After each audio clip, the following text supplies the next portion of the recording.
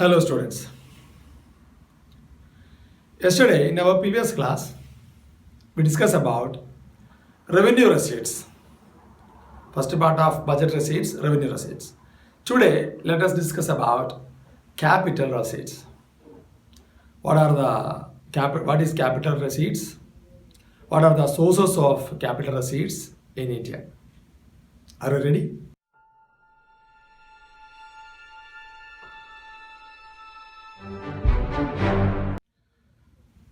When we think about capital receipts, first of all, let's define the term. What are capital receipts?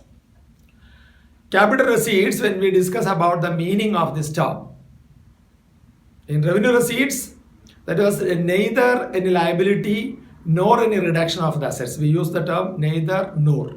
But here we use the term either or. Means such kinds of receipts either create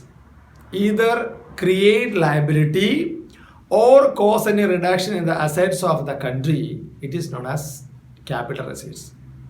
Means capital receipts are such receipts either create liability to the government or it cause a reduction in the asset of the government.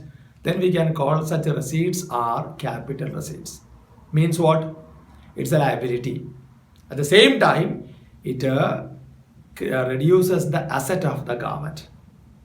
So means it consists of two main points. First one, such kinds of receipts create liability in the country. For example, when the government takes loan from other institutions, or state government takes loans from central government, or central government takes loans from any of the international organization, that's a liability. We have to pay back the loan with its interest. So that's a liability to the government. First point. Second point is that it causes reduction in the asset of the government. Why? When the government sells the shares of public sector units, public sector undertakings, for the economic development of the country as per the approval of the parliament and all. When the government sells these shares of public sector units to the private individuals, that's a source of earning. At the same time, that much asset is now reduced from the asset of the government because that assets now reached in private individual. Understood? Such a way, it reduced the asset of the government or it might have created liability to the government. Any of such activities are there, we can say it as the capital receipts of the country. Clear? Let's see what are the major sources of capital receipts in India. Sources of capital receipts are of three. There are three sources of capital receipts in India. First one, recovery of loans. Second one, borrowings. And third one, other receipts. Clear? Let's discuss one by one. First of all, what is meant by recovery of loans? Yes, as I mentioned, state governments take loans from central governments, means RBI, Reserve Bank of India, for the economic crisis or economic development of the state governments for any of the schemes for the implementation and all. Central government provides fund. So these loans might be recovered. When the period is getting over, it should be recovered by the central government. That time, the asset of state government also be reduced. When the state government takes the loans from central government, it's becoming a liability. Understood? So first of all, it's becoming a liability. When it is paid back to the central government, the asset of the government also be reduced. So anyway, both effects are there, becoming a liability or reducing assets. So we can say first source is as a recovery of loans. Clear? Second one is that borrowings. Borrowings we mean borrowings from the public. In order to meet the excess expenditure of the government borrows money from different sources. And this borrowing, it is used, this money extra fund is used for the development of the nation. In order to implement the schemes, employment generation schemes, many schemes for the construction of infrastructure, for the additional facilities provided for the information technology and all, which all areas government wants to create the development, those areas they might have spent this money for the purposes. Anyway, this borrowings is a matter of capital receipts. Basically, we can see there are government borrows money from three different sources. First one, from general public, from the people, with a wide purpose and all. It is known as market borrowing or open market borrowing. Through their debentures and all, government borrows money from the public. Is it? And second thing is that borrows money from RBI, Central Bank of India. And third one is that government borrows money from international organizations, rest of the world. Means International Monetary Fund, International Bank for Reconstruction and Development, IBRD, World Bank, or Asian Development Bank. Any of these financial institution, government borrows money for the purposes. That is, we are calling it as borrowings from rest of the world. That's the second source of capital receipts in India. And third source is that other receipts.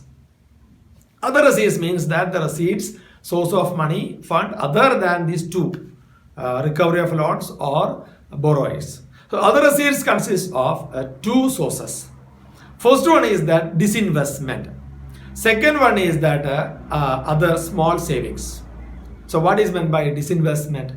Disinvestment we mean, so a matter of economics, inter-economic topic we discuss this one. Disinvestment we mean, it is the sale of shares of public sector units to the private individuals. In order to increase the development, in order to accumulate more money from the public, government sells these shares of public sector units, public sector companies into the private sector. It's not wholly they are selling, only partially. 20% share, 10% share, and government make a target how much money should be accumulated in the matter of sale of the securities, sale of the shares from the public. Such a way, government sells the shares and that money is used for the developmental purposes, especially the development of backward regions in India. That's a disinvestment. So because of the sale, that ownership of that company is being shifted from public sector, government, to the private individual. So means partially it's becoming, sometimes totally it is selling, that is known as privatization. That is clearly we discussed in that lesson, economic development lesson, privatization and all. Clear. And second source of these other receipts is that small savings. Small savings we mean savings of the people with other financial sources like a post office and all. Because when we discuss the money and banking lesson, we discussed that post office also considers to be a saving center. So POSB, Post Office Saving Bank, but it is not a bank. Why? It is not performing the function of lending loans, only accepting deposits from the people. And what all kinds of deposits are also there? Very clearly we discussed when we discussed the supply of money supply lesson, M1, M2, M3 and M4. You might have watched the class, is it? So in this regard, Post Office accept deposits from the people. And that deposit, now the government can use, but that's a liability. Government has to give the money back when it is matured, like the Public Provident Fund, National Savings Certificate, Kisan Vikas Patra, and Samruddhi, Suganya Samruddhi Yojana. All these are the different forms of deposit schemes by the government, and that people can deposit. The varied forms and all. No need to discuss more about here. Just you watch the class, money and banking lesson, money supply. You will get it all the details regarding these things. So all these are the investments, deposits by the people with the post office. That's a deposit by the people. At the same time, that's a liability towards the government. Because why? When the government use this money now, after when the people are coming with the matured paper, government has to give back. Is it? That is why it has to be liability to the government. Is it? These are the three major sources of capital receipts in India. Let's sum up once again. First source is that is the recovery of loans. Second one is that borrowings. Borrowing consists of three: borrowings from public, borrowings from RBI, and borrowings from rest of the world, IMF and IBRD. And the third source is that other receipts. Other receipts consist of two elements. One is disinvestment, means sale of the shares of public sector units, PSUs. And second one is small savings with the post office add-on. Hope you enjoyed the class. Tomorrow I'll come with the expenditure part of government budget. Thank you for watching my class.